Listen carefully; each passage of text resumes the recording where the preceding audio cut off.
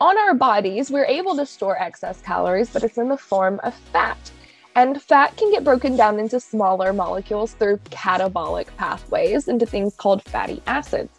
And most of the cells in our body can really easily use fatty acids to get energy and run their processes on. But the brain is a protected organ. There's something called the blood-brain barrier, which makes it difficult for things to jump into the brain to protect it.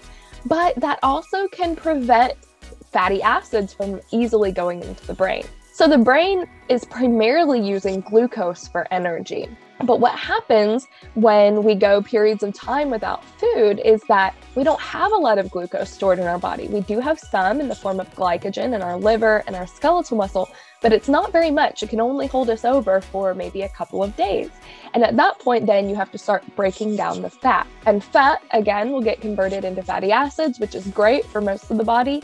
But the brain needs something special, and it needs ketones. So ketones are made when fat is broken down, and they are basically like tiny little water-soluble fat molecules. And those are able to cross the blood-brain barrier and make it into the brain.